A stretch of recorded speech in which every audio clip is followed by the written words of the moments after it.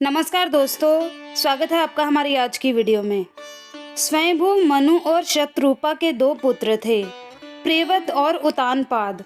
उतानपाद की सुनीति और सुरुचि नामक दो पत्नियां थीं।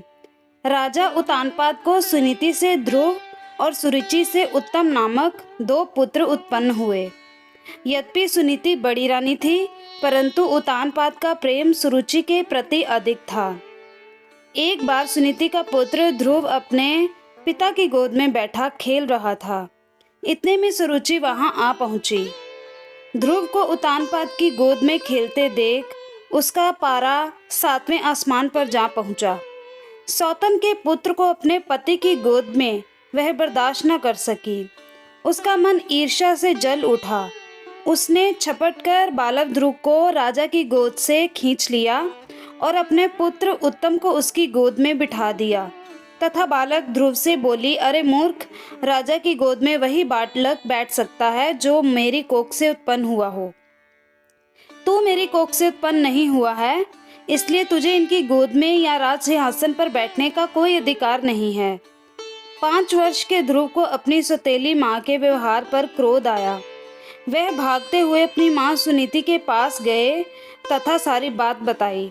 सुनीति बोली, बेटा, तेरी सौतेली माँ सुरुचि से अधिक प्रेम के कारण तुम्हारे पिता हम लोगों से दूर हो गए हैं। तुम भगवान को अपना सहारा बनाओ।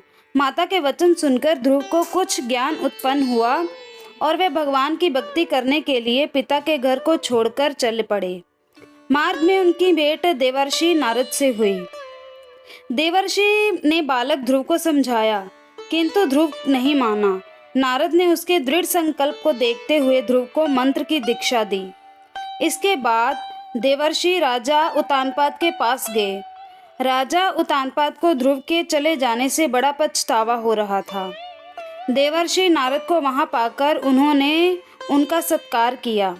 देवर्षि ने राजा को ढांढस बताया कि भगवान उनके रक्षक हैं। भविष्य में वह अपने यश को संपूर्ण पृथ्वी पर फैलाएंगे।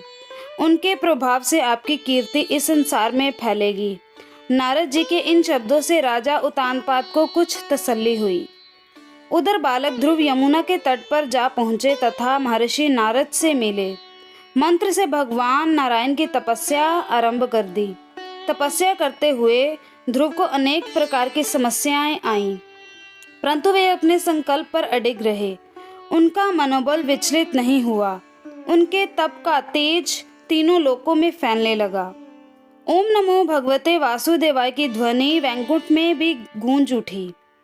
तब भगवान नारायण भी योग निद्रा से उठ बैठे।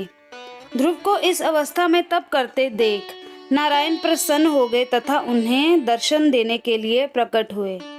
नारायण बोले, हे राजकुमार, तुम्हारी समस्त इच्छाएं पूर्ण होंगी। तुम्हारी भक्ति से प्रसन्न होकर मैं तुम्हें वे लोक प्रदान कर रहा हूँ जिसके चारों ओर ज्योतिष चक्र घूमता है तथा जिसके आधार पर सब ग्रह नक्षत्र घूमते हैं। प्रलय काल में भी जिसका कभी नाश नहीं होता, सप्तऋषि भी नक्षत्रों के साथ जिसकी प्रदक्षिणा करते हैं, तुम्हारे नाम पर वह लोक ध्रुव के लोक कहलाएंगे। इस लोक में 36 सहस्त्र वर्ष तक तुम पृथ्वी पर शासन करोगे। समस्त प्रकार के सर्वोत्तम ऐश्वर्य भोग कर अंत समय में तुम मेरे लोक को प्राप्त करोगे।